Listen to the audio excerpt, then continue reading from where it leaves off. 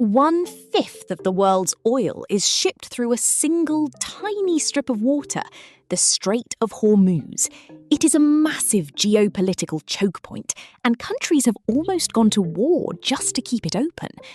But there is a bigger, silent threat to this waterway. It is physically shrinking. Every year, a massive geological trash compactor is squeezing the Strait of Hormuz closed.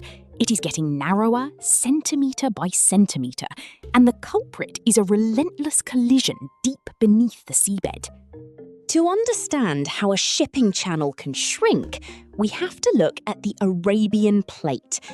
About 25 million years ago, Arabia broke off from Africa and started drifting north.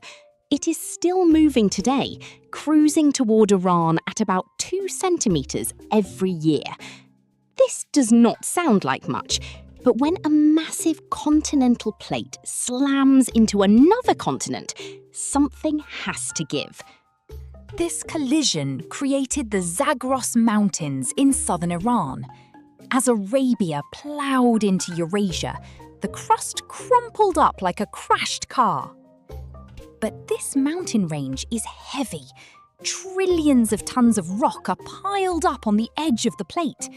And just like placing a heavy brick on one end of a plastic ruler, the weight of the Zagros Mountains physically bends the Arabian Plate downward.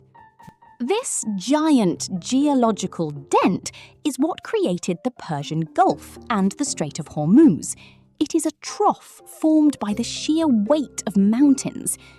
But Arabia has not stopped ploughing north. The pointy tip of the peninsula, the Musandam Peninsula, is acting like a wedge, thrusting directly into the underbelly of Iran.